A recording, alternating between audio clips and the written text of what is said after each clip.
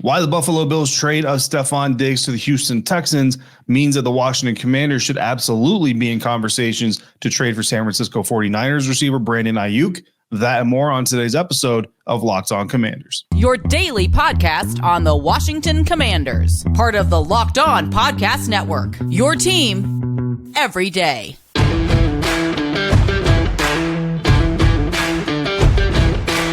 Welcome into this episode of Locked On Commanders, your daily podcast covering the Washington Commanders, part of the Locked On Podcast Network, your team every day. Thanks so much for making Locked On Commanders your first listen of the day every day. And don't forget that you can subscribe for free on YouTube or wherever you're listening to this podcast. And you can continue this conversation with me by becoming a Locked On Commanders insider. Go to joinsubtext.com/Locked On Commanders. Sign up today to be an insider. You'll get news, analysis, one-on-one information, bonus content delivered directly to your phone via text message. I text you, you text me. No hashtags, no apps, none of that junk. You just conversate one-on-one with me, your host, David Harrison, credential member of the media covering the Washington Commanders for CommanderCountry.com, a part of Sports Illustrated's FanNation. Again, join subtext.com/Locked On Commanders to become an insider. I am here with you either way, Monday through Friday, along with our everydayers. And as always, everydayers, I appreciate your continued support for the program. On today's episode, we are going to hear from Washington Commanders defensive tackle Daron Payne. We're going to talk more about the quarterback situation and how it pertains to the NFL draft.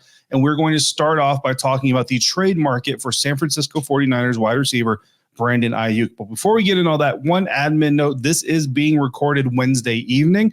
Thursday is my wedding anniversary, my 21st wedding anniversary with my wife. So we are taking Thursday and most of Friday to celebrate that. So that means I got to get this Friday episode recorded before we hit Thursday so that we have time to do that freely. So if any big news has happened, if anything has happened to hopefully not squelch this whole episode, but just want to go out that admin note so that you're aware, full transparency of when we're doing this. So let's talk about this in real time. On Wednesday, the Buffalo Bills traded wide receiver Stefon Diggs to the Houston Texans. And to me, it sets the market for Brandon Aiyuk if there is a trade to go down. To be fully clear, the last time I'm aware of, the San Francisco 49ers basically still saying they're not trading Brandon Aiyuk, but Brandon Aiyuk wants a new deal. He's in the fifth-year option of his rookie deal, and there's just murmurings, rumblings, maybe speculation is the best way to put it, that potentially a deal could be struck for the right price. And of course, the 49ers are going to take the position of we don't want to trade him, because why would you say you want to trade somebody? It only hurts your value, right? However, now that Stefon Diggs has been traded, and this came through the mailbag via Julian, Insider Julian, he and I were having a conversation, and really I said, this is a great mailbag topic. We're going to take it to the mailbag. He asked basically, what would it cost to get Brandon Aiyuk, looking at the Stefon Diggs trade? So when you look at this trade, the Buffalo Bills are receiving a 2025 second-round draft pick. So that's next year's second-round draft pick from the Houston Texans. And, oh, by the way, they're also going to get $31 million in dead cap. Now, Houston doesn't care about that dead cap, right? But they do care about the $19 million cap hit they're about to absorb by getting Stefon Diggs onto their team. Could rework that structure, certainly. But they get wide receiver Stefon Diggs, who is turning 31 years old in November, is coming off of 6 straight 1,000-yard receiving seasons, 4 straight Pro Bowl seasons, and he has 6 or more touchdown catches every single year since 2017. Again, $19 million cap hit, but Houston is also getting a 2024 6th-round pick and a 2025 5th-round pick from Buffalo. So Houston is not just getting Stefon Diggs, they're also getting some Buffalo Bills draft capital to offset that second-round pick. So when you look at that, you have to now look at that market and say, what would Washington have to send for Brandon Aiyuk? Of course, in a trade, Washington would get Aiyuk, who turned 26 in March. So he is 26, just turned 26 years old. He's coming off of 2 straight 1,000-yard receiving seasons, made even more impressive when you realize they've got Deebo Samuel, Christian McCaffrey, George Kittle, right, all over there. 2+ years or 2 straight years of 7 or more touchdown receptions, and Washington would absorb a $14.124 million cap hit this year, which is his 5th-year contract value. Of course, you're going to have to give him a new contract, most likely. That, by SpotTrack, is being estimated to be worth $24 million a year. Not necessarily going to give him $24 million every year, but on annual average, it would be worth $24 million. That obviously comes into the equation. So when we break down the Stefon Diggs trade, what did the Buffalo Bills get at value for Stefon Diggs? Well, Houston's second-round pick, 1 round removed for the 1-year delay. So when you delay draft compensation, typically what you do is you devalue it by 1 round. So if you're trading a second-round pick Next year, you're actually going to give them that team's third round pick value. Houston's third round pick value this year is 136 points on the Jimmy Johnson scale. Buffalo's sixth round pick this year, 9.8, if it is the lowest of the three. So we're kind of making this a worst case scenario for Washington, right, to use this as value. Buffalo's fifth round pick, again, delay it 1 year. So it's actually a sixth round pick. So once again, 9.8 points. So really, Houston is getting 19.6 points worth of draft capital value from Buffalo in this trade, which and Buffalo is giving or receiving, 136 points in draft capital for that future second round pick. That leaves a gap of 116.4 points. That is equal to a third round compensatory pick, number 96 to be specific. So basically, with all that math, what you're seeing here is the Buffalo Bills got third round compensatory pick value for Stefon Diggs. That's pretty much the same value that the Washington Commanders got for Chase Young. So basically, Stefon Diggs, Chase Young, similar grounds. Not because Stefon Diggs' talent level, I would say, most likely because of the contract and because of his age. I would say that's why the devaluation there comes in there. However, looking at those numbers, remembering that Brandon Aiyuk is going to be required to have a new contract. That's a big part of this. Washington's going to absorb that $19 million or $14 million, but they're also going to have to shell out a new contract, right? That's significant. I think San Francisco, what you offer them if you're Washington is a 2025 conditional third round pick. That third round pick in my scenario becomes a second round pick if Brandon Aiyuk, one, re-signs with the Washington Commanders, and two, hits 1,000-yard receiving for the third straight season. There's a little bit of a gamble in there for both sides. But when you look at the San Francisco side, they stand to make more off of the gamble than they stand to lose. If, for whatever reason, Brandon Aiyuk does not re-sign with the Washington Commanders, does not hit 1,000 yards, either or, then Washington gives up a third-round pick in 2025. That's worth 88 points. That is a 28.4 points dip in what Buffalo got for Stefon Diggs. That's about a late fifth round devaluation right there. If the Washington Commanders do re-sign Brandon Aiyuk and he does have over 1,000 yards, then you get a second round pick. That's worth 250 points. That is a 133.6 point inflation, which is basically the equivalent to a late third. So essentially, you get that same type of value. So to me, that's a trade that makes sense. Obviously, the 49ers are going to try to give more. Obviously, the Commanders are going to try to give less. But I think that, given the Stefon Diggs trade, again, Stefon is definitely older, but he's coming off that track record. He's got a little bit more of a contract on him. Brandon Aiyuk's going to need a brand new contract. So I think you're there. Look, if the Washington Commanders ended up giving up straight up a 2025 second round draft pick, I wouldn't necessarily hate it. I think it's something that you do. And I think that given what Stefon Diggs just drew, the fact that they didn't get a second round pick from him straight up, like this year's second round draft pick, means that Brandon Aiyuk getting a first round pick for the 49ers, pretty much off the board. Not that it was necessarily on the board automatically anyway, but pretty much off the board. So now I think you're looking at best, what you can try to do is get a this year second round pick out of a team. But I think you're more likely looking, if you want to go that high, you're looking at 2025 for a second round pick. So, and if you're taking Jaden Daniels, remember LSU quarterback Jaden Daniels, he and Aiyuk were in Arizona State together. They're really good friends. If you're to draft Jaden Daniels, man, you go ahead, you trade for Brandon Aiyuk. You use, again, that future second or third round pick to go get Aiyuk. You re-team him with Jaden Daniels. You team him up with Terry McLaurin, with Jahan Dotson, with De'Ami Brown, or if you draft somebody, I mean, that's a pretty good stack of weapons for any quarterback, if you ask me. Cliff Kingsbury should be able to do some damage with that. So that's my take. Again, none of this is official. That's just my perception. Given what Stefon Diggs just got for the Buffalo Bills, yes, he's older, not quite as expensive, but I think he's coming off of a better track record. The fact that Washington or whoever drafts or trades for Aiyuk pretty much immediately has turned around and give him a very big contract, I think that matters. I think that devaluates things a little bit. To me, like I said, the third round conditional pick that could become a second is the most fair deal for both sides. Gives both sides the opportunity to kind of make up some space in case this thing goes a certain kind of way. I could see San Francisco wanting a second round pick straight up, and I wouldn't necessarily hate that either. So good conversation there to start off this mailbag episode. We're going to hit the mailbag a couple more times in the second segment, talking about quarterbacks some more, but we're going to talk about different quarterbacks than the ones Jaden Daniels, Drake May, JJ McCarthy that we have. That's coming up next on today's episode of Locked On Commanders, part of the Locked On Podcast Network, your team every day. Today's episode of Locked On Commanders brought to you by eBay Motors, who brings passion, drive, and patience because they know that passion, drive, and patience is what brings the winning trophy home. It's also what keeps your ride or die vehicle alive and bringing you home. eBay Motors has everything you need to maintain that ride or die vehicle, and they even have what you need to level it up to peak performance. Whether you're looking for superchargers, roof racks, exhaust kits, LED headlights, even more, they've got everything you need. Whether you're into speed, you're looking for power, maybe you're just looking for some style, eBay Motors has got you covered. With over 122 million parts for your number one ride or die, you will always find exactly what you're looking for. And with eBay's guaranteed fit, your part is guaranteed to fit your ride every time, or you get your money back. Because with eBay Motors, you're burning rubber, not cash. With all the parts you need at the prices you want, it's easy to turn your car into the MVP and bring home that win. Keep your ride or die alive at ebaymotors.com. Eligible items only. Exclusions apply. eBay guaranteed fit only available to U.S. customers.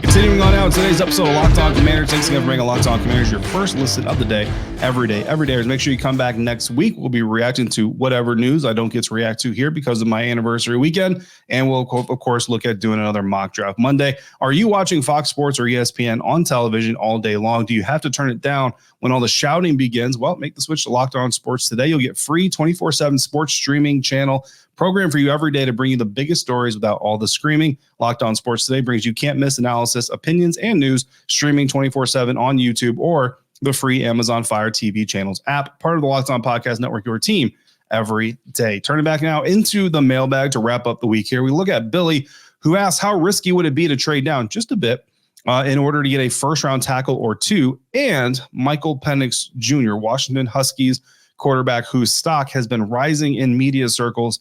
We talked about this a little bit on our earlier mailbag episode this week, and I kind of mentioned, to me, from what I'm hearing, from what I'm discussing with other people, his stock is rising to the point where he's being solidified as a first-round pick, not to the point where he's a top 10 pick, top 11, top 12 type of guy. Now, so in that vein, it really wouldn't be risky at all, right? If Washington thinks they can make it work with Michael Penix Jr. and they like him, they're bringing him in for a top 30 visit, then you're basically free to move back just about anywhere you want within reason, because when you look at the teams outside of, say, the top 15, they're not going to have enough draft capital to trade up to number 2 anyway. So really, you're limited on your trade back partners to about the top 15. And that is why Minnesota went out and acquired the second first-round pick that they did, because even at number 11, they knew they didn't have enough firepower to move up to where they want to move up to. So they went out and they got the number 23 pick from the Houston Texans. They're hoping to package that to let them move up. And that's kind of where I'm looking. I'm looking at Minnesota. So in this mock trade scenario, for me to kind of flesh out this idea of trading back to get a tackle and Michael Penix Jr., I think you trade number 11 or you trade number 2 to the Minnesota Vikings. That's 2,600 points worth of draft capital. And in return, you get number 11, which is 1,250 points, number 23, which is 760 points. You get a fourth rounder this year, number 108, which is 78 points. By the way, that would mean Minnesota would not draft again from number 2 till the 5th round. That's insane. But hey, if that's what they want to do to get a quarterback, that's what you got to do to get a quarterback. So you get that 5th rounder. So that's this year. This year, you get number 11, number 23, and you get number 108. So it puts the Commanders back in the 4th round, because right now they don't have a 4th round pick. Then you also get a 2025 first round pick, which is worth 470 points, and a 2026 second round pick. So think about second round pick, right? Remember what we just talked about with devaluation. That 2026 second round pick, when you devalue it 2 times, you go back 2 years or 2 rounds because you're waiting 2 years. That's actually 72 points worth of value. And in total, you end up with a 30-point surplus. If you're Washington, call that your quarterback tax. That's the equivalent of a mid-5th. So that's the quarterback tax that the Vikings end up having to pay. So again, number 11, number 23, number 108 this year, a 2025 first, and a 2026 second. So you end up with 3 first-round picks, a second-round pick, and a 4th-round pick for 1 first-round pick if you're the Washington Commanders. Now, while that's certainly not a lot of math to look at, that's actually kind of the easy part, because it gets a little bit dicey at number 11, because now you have to wonder, am I right? And really what you're talking about with Michael Penix and his stock rising is that he's being solidified as a first-round pick, whereas he's actually rising higher than I believe that he is. So at 11, do you take the quarterback and potentially be told by every draft pundit on the earth that you're reaching, or do you take the tackle? At number 11, you're probably looking at guys like Talisi Fuaga out of Oregon State, who some people actually think might be better than Joe Alt out of Notre Dame. And you're looking at Olu Fashanu out of Penn State, who for a long time early in the offseason was considered the number 1 tackle in this class. You could take either of those guys, but if you do that and you leave picks number 12 to 22 free to jump you for that quarterback, you do have a risk, because at number 23, not only are you looking at the Broncos and the Raiders, who pick, I think, 12th and 13th respectively, who could also use quarterbacks, but you also have the Los Angeles Rams, who, by the way, next offseason, if they release or trade Matt Stafford, they actually save $3 million in cap space. Not a lot, but if you feel like you need to move on with quarterback, it's certainly something you could do. Could the Cowboys make a move? They really haven't committed to a lot of players on their team right now. Could they make a move, draft a young quarterback? Even if they stick with Dak, he's getting older. You always want to try to prepare for the future. So the Cowboys would be at pick number 24, one spot behind you. Wouldn't take much for them to jump up to, say, number 22 and take that quarterback ahead of you. The Patriots currently hold number 34. If they don't go quarterback at number 3, some people think they could actually go Marvin Harrison Jr. So if they don't go quarterback at number 3, would they be willing to trade up from 34 to, say, 22 again and jump you? I would say you're probably okay at 23 to get Michael Penix Jr., but you do run the risk of your guy getting picked. And now if that happens, Caleb's off the board, Jaden's off the board, Drake's off the board, JJ's off the board. If Penix goes before you come back at 23, now you got Bo Nix. Bo Nix and Michael Penix Jr. are pretty different quarterbacks, so it's not likely that you look at both those guys and say, we can make it work with either one.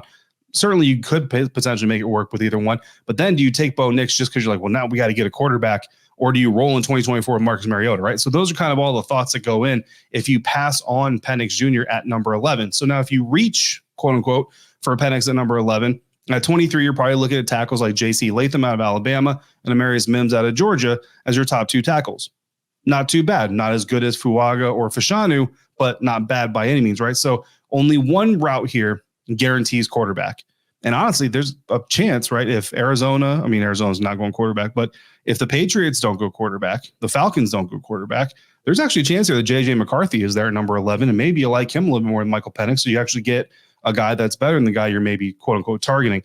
The question here for Washington Commanders in this scenario would be, what is the gap in talent between the tackles that are projected to be available at 11 and the ones that are projected to be available at 23? That, to me, is the deciding factor, because if you think those 2 tackles available at number 11 are just like the next Trent Williams of the NFL, and the other 2 guys might not even be starters, that adds a little bit of pressure to this decision. But if you think the guys at number 11 will be Trent Williams and the guys at 23 could be Trent Williams, all right, then you feel more comfortable passing on the tackle, take the quarterback, because again, it's only going to be a reach in April, right? If you take Michael Penix at number 11 in April and a guy like me goes on the show and says, it's a reach, all right, you reach for your quarterback, and then you're winning a Super Bowl 3 years later, I'm not going to come back here 3 years later and say, yeah, but it was still a reach, guys, back in 2024. Right? That's not how this works. So as long as you make it work, nobody's going to care outside of the actual draft weekend. So that's kind of the way I look at it. So for me, if you're going to do that and you're targeting it, you run the risk of running out of quarterback. So for me, I still take Penix Jr. at number 11, even though I do think that is a reach, quote unquote. And then you take one of those tackles, because I don't see, while there is a gap, I don't think it's such an enormous gap between guys like Olu Fashanu and J.C. Latham that you just have to take the tackle first. And then, of course, you have your 2nd round picks, your 3rd round picks. You got next year, you got another 1st round pick. The year after, you got another 2nd round pick. All kinds of draft capital to build around Michael Penix Jr. For the next few years. So Corey also came through with a quarterback question. Will the Commanders draft a project quarterback in the later rounds, or do you think they'll add a UDFA? Currently, Washington quarterback room looks like this. Marcus Mariota, Jake Fromm, Jeff Driscoll are on the roster. I don't think Jake Fromm or Jeff Driscoll prevents this team from drafting a 2nd quarterback. Adam Peters did say he wants 4 quarterbacks for training camp. So in theory, if you draft one at number 2 or in the 1st round at all, you have 4, so you don't need any more. But I don't think Jake Fromm or Jeff Driscoll has such a stranglehold on that bottom of the roster spot that it precludes you from it. Now, if you get to number 222 in the 7th round and your draft board looks like Talia Tagovailoa out of Maryland, Sam Hartman out of Notre Dame, Devin Leary out of Kentucky, Jason Bean out of Kansas, if all 4 of those guys are available at 222, honestly, I think I'd take the risk. And I basically call all of them and say, hey, look, we like you as a UDFA if you don't get drafted. If a guy like Jordan Travis is there in like the 6th round out of Florida State, I think if he's there in the 6th round, you actually might take a look at it and look at him as a developmental guy. So I think you're most likely looking at a UDFA. I think Jordan Travis probably goes in about the 5th round range, or maybe earlier in the 6th round than you're picking. But I do think there are some intriguing guys there in the 6th and 7th round that Washington could certainly choose to take a look at. So speaking of intriguing guys, Daron Payne, big in interest, not so big in words. We got to speak to him on Wednesday, and we'll share that video with you coming up next on today's episode of Locked On Commanders, part of the Locked On Podcast Network, your team every day. And today's show is brought to you by Robinhood. Did you know that even if you have a 401k for retirement, you can still have an IRA? Robinhood has the only IRA that gives you a 3% boost on every dollar you contribute when you subscribe to Robinhood Gold. But get this, now through April 30th, Robinhood is even boosting every single dollar you transfer in from other retirement accounts with a 3% match. That's right, no cap on the 3% match. Robinhood Gold gets you the most for your retirement thanks to their IRA with a 3% match. This offer is good through April 30.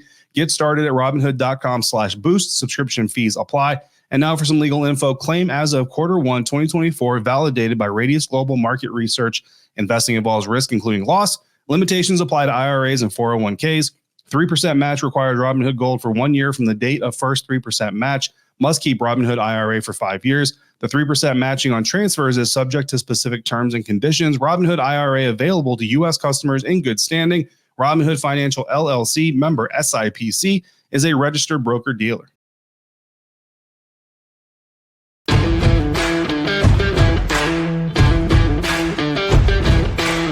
like, I don't know, this is the first year I've been here. I've been here like, 7 years now? And this is the first time it just felt like I'm in a new place, like a new space with new people, and just trying to get to know everybody, getting to know new faces, new names, and new coaches, new players, you know? In terms of the coaching staff, obviously Dan Quinn, a defensive guy. What's it been like working with him, or maybe working as a stretch? But what's it like being around him? What's your kind of initial view of this new staff? I mean, we just on day 2. Right now, we just trying to do our best to get to know each other, and just trying to learn each other, learn about our coaches, our players. Like, that's the big emphasis this right now. Hey, Daron, it's John Keim. I'm curious, you talk about feel like a new place. Is that a good thing for you? Is that something that was needed? I'm just saying that because there's a lot of it's like the first time I've been here, and there's like a lot of new faces, like new coaches, new players. So it's like a new environment. And have you been able to talk or get a sense of anything about how they want to use you guys? You got some new guys outside of you too. Have you got any sense of that at all? No, we haven't gotten that far yet. We just been training and, like I said, trying to get to know each other and trying to get that down. But we'll pick it up soon. Daron, Chick here. Clearly, the last conversations when you guys were, that last day of locker room, it was apparent that change was needed. You guys are talking about that. When you start to see the names that were popping up on social media coming to the Burgundy and Gold, what were you thinking? Man, we got a bunch of change in. Like right now, I share lockers next to Bobby Wagner, so that's a real big name for us, big linebacker. It's gonna be fun, man. We got some good edge guys, some guys that can get after the quarterback. So I'm excited to see what the coaches can bring for us and like the schemes and stuff. Other than coaches and teammates, have you noticed anything new around the facility? Any changes? The only thing new right now is just they changed up all like the posters and all of the stickers and stuff up on the walls. Daron, with all the new faces in the locker room, as a player, does it kind of re-energize you a little bit? Because there's so much newness going on in the building right now. Yeah, it's definitely like a new feeling. Like I really got this feeling when I was a freshman going into Alabama, and then I got it again when I was a rookie coming here. So it feels like the same type energy. What did your offseason look like? What have you been up to over the last couple of months to get ready? Man, I just been training. I actually been here a bunch, training with the guys and just getting there. Hey, Daron, a lot of conversations with the coaching staff so far and a lot of emphasizing putting guys in the best position to be successful. If they were to ask you to move around the defensive line, maybe work on the edge a little bit, obviously you're strong inside. How do you feel about potentially moving around if that's what they ask you to do? I mean, we got some DNs that can get the job done. I feel like I played when Chase and them left. I played a little DN. That was new to me, man. I played D tackle my whole life, and they threw me out there in DN. I made a couple plays out there, so I'm open to anything, bro. I just love playing D-line. Yeah, and then just overall, like, what are your feelings about what's happening in Washington right now? Like I said, I'm excited. Just excited about all the new faces, all the new players we got, and just excited to see what the coaches got for us. All right, everybody, that's going to do it for this week. Again, this episode was recorded Wednesday evening, so hopefully no news dropping that's going to kill the entire episode. If it did, I apologize, and I thank you for coming through. Anyway, if it does not, hopefully you enjoyed this extra mailbag episode this week. Come back on Monday. We'll have more news, content, conversations. We will talk about whatever's going on around the Washington Commanders. In the meantime, you got questions or comments, throw them down the YouTube comment section. Insiders, text me directly. If you want to be an insider, go to joinsubtext.com/LockedOnCommanders. Text me today. Insiders, look out Saturday. You will be getting all of those videos from this week's press conferences. Don't forget to check out Locked On Sports Today, the first ever 24/7 live streaming sports channel on YouTube. And as always, thank you for making Locked On Commanders your first listen or view today and every day, everydayers. Thank you for coming through like you do. Until we speak again, if you're out and about, please be safe, be kind, and I'll see you next time for another episode of Locked On Commanders, part of the Locked On Podcast Network, your team every day.